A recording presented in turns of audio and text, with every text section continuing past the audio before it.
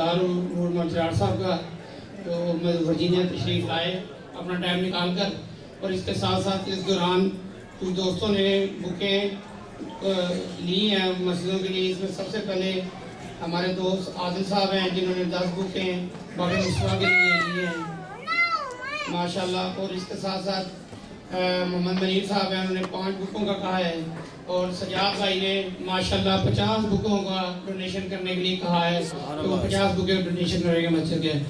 تو اس دوران جو آپ سوچیں دیکھیں، آپ کسی مسجد کو ڈونیٹ کرنا چاہتے ہیں تو پروگرام کے اینڈ پہ ہمیں بتا دیں، ہم یہ فارم فل کر دیں گے، بکیں وہاں پہنچا دیں گے، جو بھی ڈونیشن ہوگی آپ ادارے کو دے دیں، تو انشاءاللہ نیکسٹ ہمارا جو پروگرام ہے، جو نیکسٹ بک ہے، اس کے لیے اس پہ کام کیا جائے۔ تو میں بہت شکر گزار ہوں شیخ سہیل صاحب کا جو ورجینیا تشریف لائے ہیں، اور اس کے ساتھ ساتھ جو بھی دوست ہمارے یاسر صاحب ہیں نیپلس سے تشریف لائے ہیں، یہ سپرنگ ورجینیا کے نام ہے سلور سپرنگ کے دوست ہیں، یہ سب کا شکر گزار ہوں جو تشریف لائے ہیں ہمارے پاس یہاں پر۔ تو اب بلا تخصیص میں علامہ رضا الدین صدیقی صاحب کو دعوت دیتا ہوں کہ تشریف لائیں اور اپنا لیکچر اس کے شہادت کے اوپر پیش کریں۔ نعرہ تکبیر، اللہ اکبر، یا رسول اللہ، زندہ باد زندہ باد۔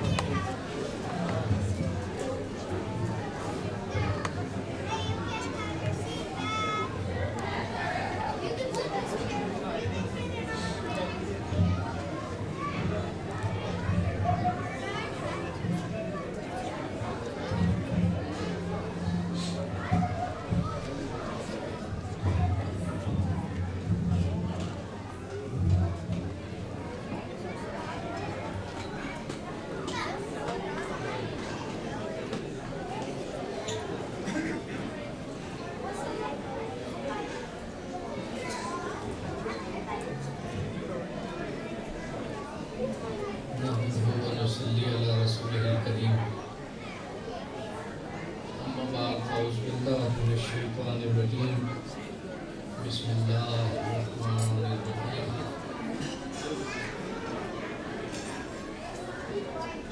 قل اطیعوا اللہ واطیعوا الرسول وأولی الأمر منکم، صدق اللہ العظیم۔ ان اللہ وملائکتہ یصلون علی النبی یا ایھا الذین آمنوا صلوا علیہ وسلموا تسلیما۔ الصلاة والسلام علیکہ یا سیدی یا رسول اللہ وعلی آلک واصحابک یا حبیب اللہ۔ الصلاة والسلام علیکہ یا روح جسد الکونین وعلی آلک واصحابک یا عین حیات الدارین۔ الصلاة والسلام علیکہ یا سید الاشراف وعلی آلک واصحابک یا جامع الاوصاف۔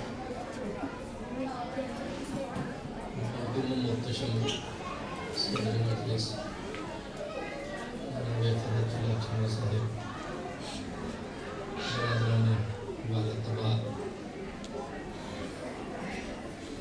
یہ مبارک مجلس ذکر حسین ابن علی رضی اللہ عنہ کی محفل ہے،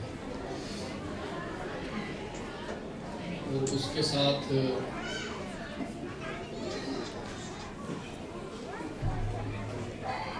ایک